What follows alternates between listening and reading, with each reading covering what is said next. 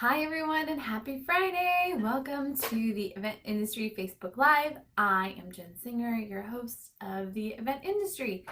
How are you doing this morning? How's your work week been? Your personal week been? All the things. I am super jazzed this morning. We had an awesome client meeting yesterday, and then I have two kids, a little one who's a year and a half, and she slept till 7:30 this morning, which is amazing.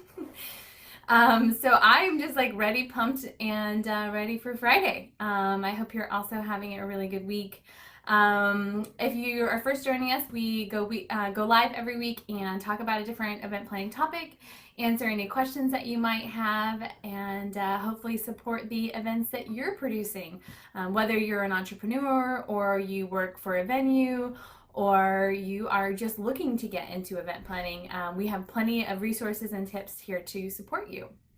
Okay, this week we're talking about DIY flower arrangements.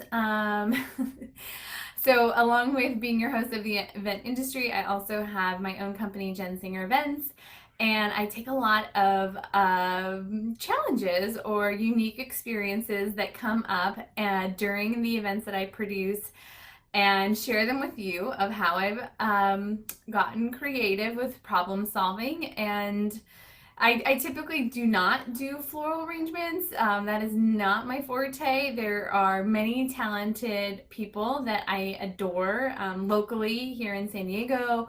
We also do a lot of events in San Francisco, and I rely on them and their creativity and all the things. But there are situations that do come up that you will end up needing a flower arrangement, like the night before a corporate event and your client asks for the hotel to just provide the centerpieces for their luncheon and just expects that the hotels just have really beautiful flower arrangements lying around to decorate their luncheon. And if you have been in the business, you know that that is unfortunately not the case. But I think what we strive to do with Jen Singer Events is not say no and try to find a solution. And sometimes that solution can be unique. And there are some elements that you can consider if it's not just on the fly like the night before that someone springs this on you. Hopefully it's not 9 o'clock at night and their lunch is at 11 o'clock, but that can happen, and I'll go into what I did for that. But I do have a few key pointers of what to think about if you are challenged with, hey, we need some flower arrangements, we don't really have a big budget, but this is what we're thinking. Okay, so one of the things you can do is get vases from the dollar store or Hobby Lobby, or somewhere where you can get like kind of cheap vases. They don't need to be anything expensive. Don't spend a lot of money on the vases. You can also go to, there's wholesale flower marts, and a lot of them you don't need to have like a membership, or you don't need to be a florist. You can just go in there, like even if you were just doing it for your home. So try to look for any wholesale flower shops, because those will be like the cheapest. I've also in a pinch gone to Trader Joe's. I feel like they have like usually pretty fresh flowers, and they're a little bit more affordable. I've bought the like grocery store flowers, like the Ralph's or Vaughn's or whatever it's in your neighborhood, and those can be expensive and like hit or miss, where there's like some dead ones mixed in there and everything else. So the other element that I would recommend is buy fillers. So what I mean by that is, okay, so say you're gonna buy roses or tulips or whatever like the main like flower is gonna be, and maybe some like accent flowers, but buy some greenery, because then you don't need as many flowers and the greenery is cheaper. So find somewhere cheap to get vases, whether that's like the 99-cent store or maybe it's Home Goods or something to that effect. See if you can find like a wholesale flower place and buy greenery to support like the arrangement, because then your money goes a lot longer, because you've got that like kind of filler with the flowers. So those are some of my like key takeaways when I have to do flowers on the fly. And like I said, I am not a florist.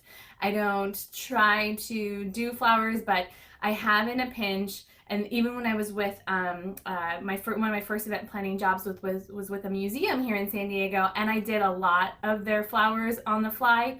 So I got pretty crafty. I also just bought vases and then I would reuse and reuse. Okay, here's my bonus tip.